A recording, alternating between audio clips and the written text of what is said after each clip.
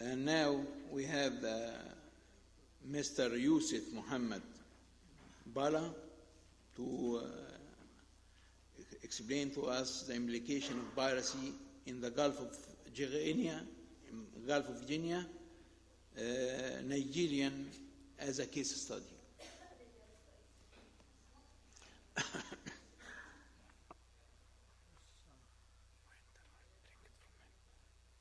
You can start. Go ahead.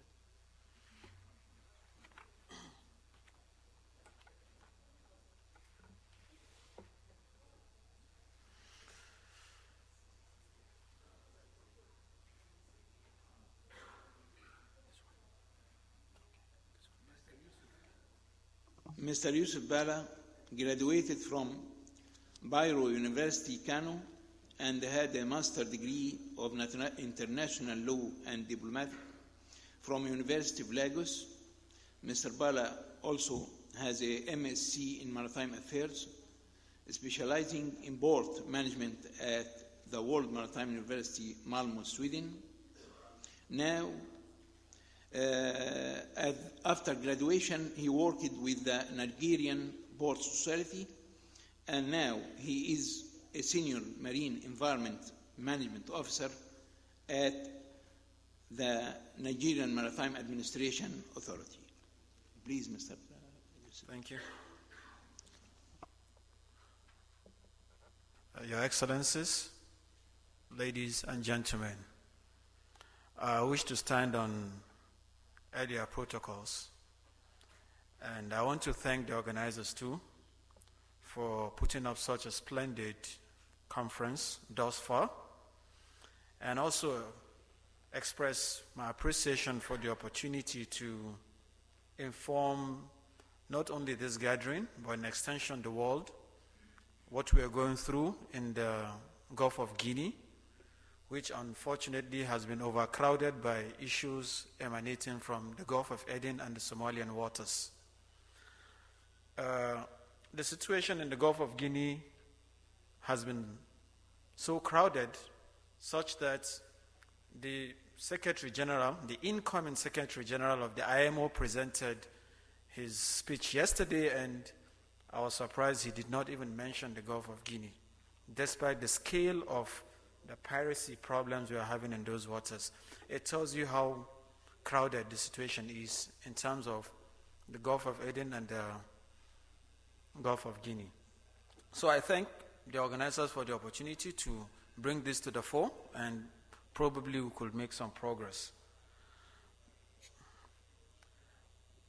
Piracy, as we all know, is an age-long phenomenon, and piracy has always been there, but of recent we've realized piracy had appeared in the new century, or in the 20th century, while we're facing issues in the Malacca Straits.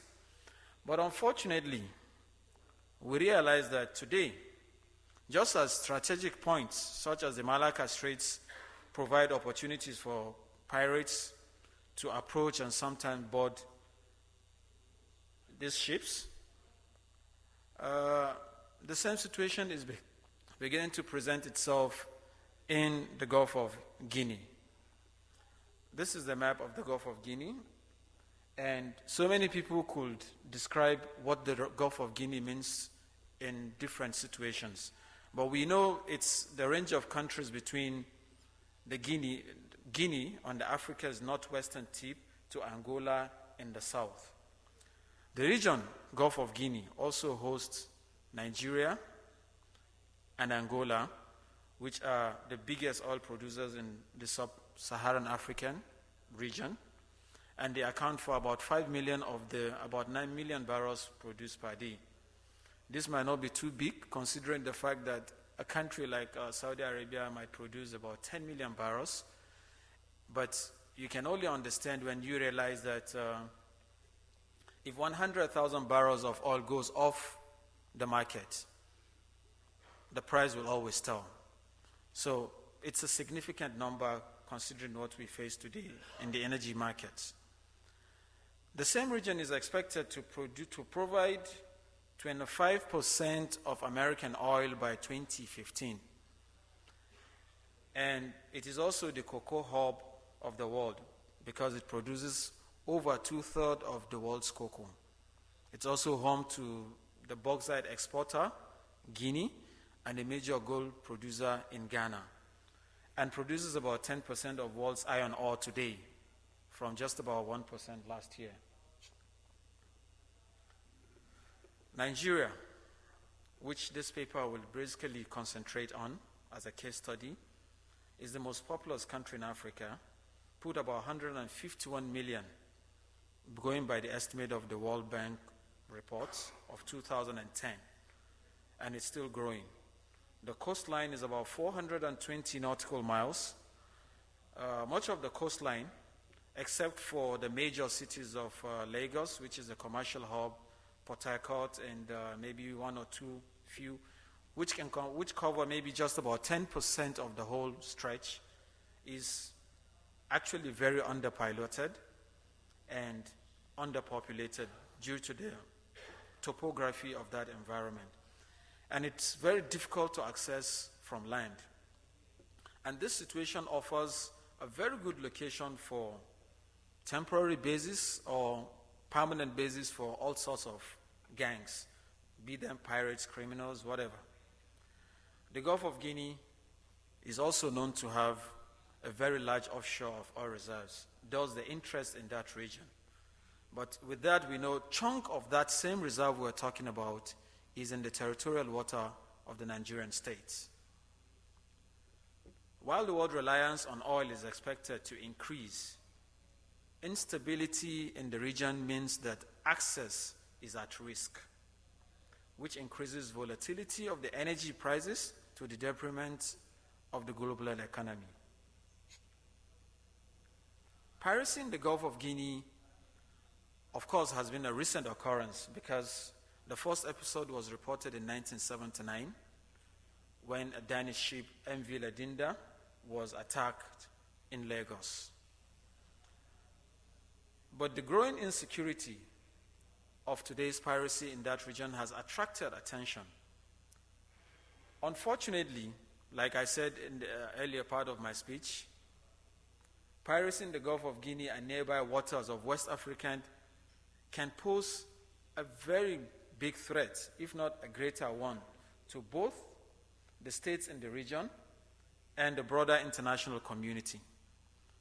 Organized maritime criminal activity is already diverse and seemingly all-pervasive. And today, as we talk, countries like Nigeria, Benin, Cameroon, Angola especially, are facing serious issues with piracy. The implications of this activity in the region is diverse as well as significant. The fast economic potential of the region is fast being eroded due to increasing insecurity. It was reported last year that Nigeria alone is losing about $25.5 billion annually to illegal activities in the nation's waters due to inadequate maritime security.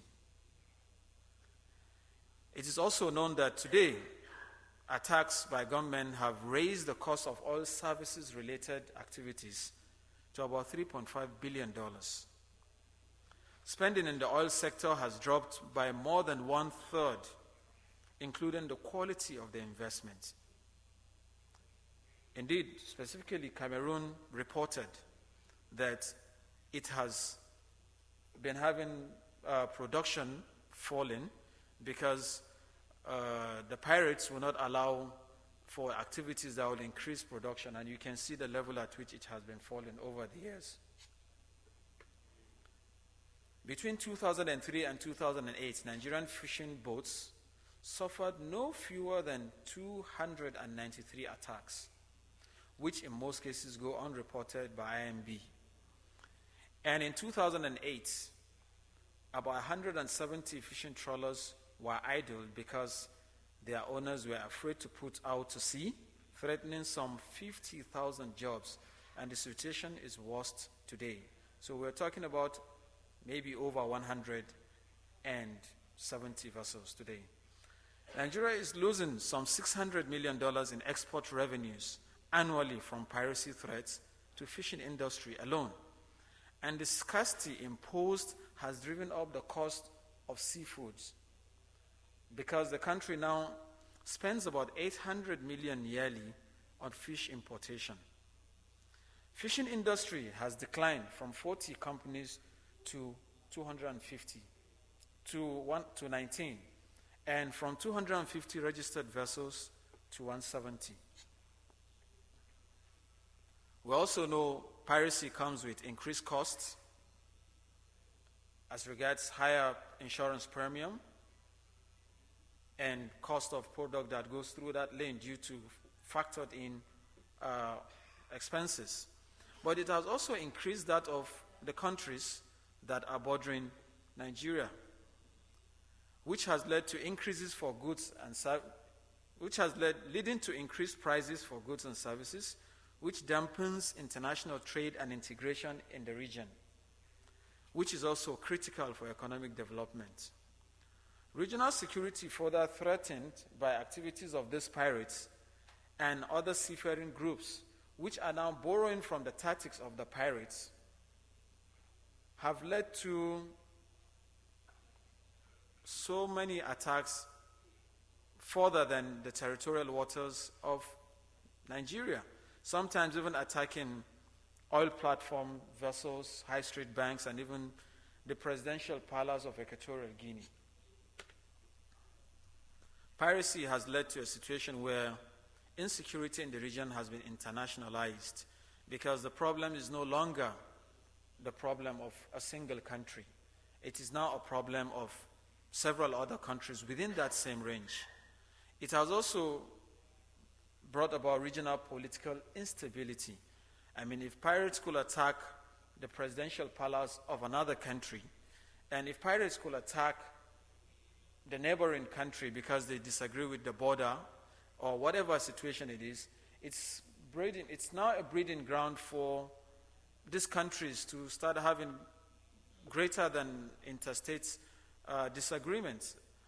The EU has also expressed its concern by the expansion of piracy in the Gulf of Guinea. But that is not only the problem for the EU, it also includes drug and child trafficking, which are also linked to insecurity in that region. The criminal superhighway that supports piracy holds great utility for today's terrorists and criminals. Piracy off the West African coast could mean higher fuel price for U.S. consumers and other markets. There have been attempts at solutions. Some of the attempts have been called for regional security mechanism and strategies to tackle these shared threats, like the first speaker of this session. And in that context, we have programs like the Urban Game Express 2001, 2011, which was led by the United States Coast Guard or Navy, and it had about 9 countries involved, which will assist in coordination of their security measures to be able to tackle the problem. There have been multilateral supports from IMO, from the United Nations, and bilateral assistance from some Western nations to provide equipment and training for the countries of the region. There's also been collaborations between the maritime administrations and the national levies to facilitate 2 minutes, please. security within the region. And there's been attempts to improve domain awareness with acquisition of latest security monitoring equipment by the states. But I think some of these things will not really go far without considering this situation where if we want to have what you call the cooperation between the states, it has to be under a sub-regional security arrangement, not just bilateral, it has to be multilateral. And there's need for ECOWAS, which is the Economic Community of West African States, to work towards establishment of a standby force that will be charged with the responsibility of assuring maritime security in the Gulf of Guinea, just like we are having today in the Gulf of Aden. And there's need for deliberate international cooperation in strengthening institutions of governance in the region, because corruption and ineffectiveness of governments could lead to the ineffectiveness of a state, and that could lead to instability and probably lead to a failed state. And a failed state would always provide safe haven for pirates and the like gangs.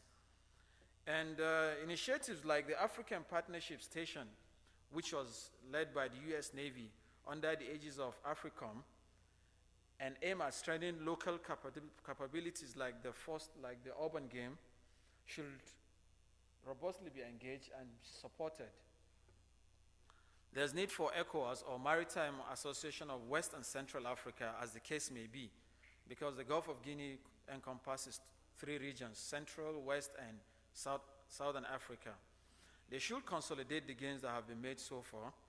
The US, even though it has had a problem in terms of AFRICOM and other issues within the continent and the problem of borders within the region, should actually get more involved. And I think it is more important for the US to be more involved in the Gulf of Guinea than any other part of the world, like I expressed yesterday to a friend. And there's need for the regions to grow its navies, because most of the problems in the region have been from land, so the land army has always had all the attention. But with threats like this, there's need for the navies to be more equipped and for the countries to put more effort. Proper solutions to feeders of piracy on shore. On land, there are reasons why pirates attack or why we have piracy. The regions should be encouraged to stop these problems, and maybe the IMB should consider defining what piracy is, because we are having problems with that too. Conclusion. Given the resource constraints of the different nations, cooperation schemes and other partnerships must be developed effectively to counter the growing challenge. The mix of failing states, organized crime, lack of maritime enforcement suggests a problem that will outstrip probably Somalia in terms of its impact and the long-term security focus of both North America and Europe. To avoid crime, terrorism, and failed or failing states, there should be a focused investment by more capable outside nations or organizations. While many look up to Africa for an African solutions, which is genuine and in fact in place, timely Western assistance especially will be needed. And successful anti-piracy efforts do exist. The Malacca Straits used to be on the radar for long. Today, we've had a lot of progress. Like I always say, there's no need reinventing the wheel. We can learn from how the solution was, and then we can make progress and come. And I thank you for your attention, and if there's any question, I'll be glad to answer. Thank you, Mr. Bala.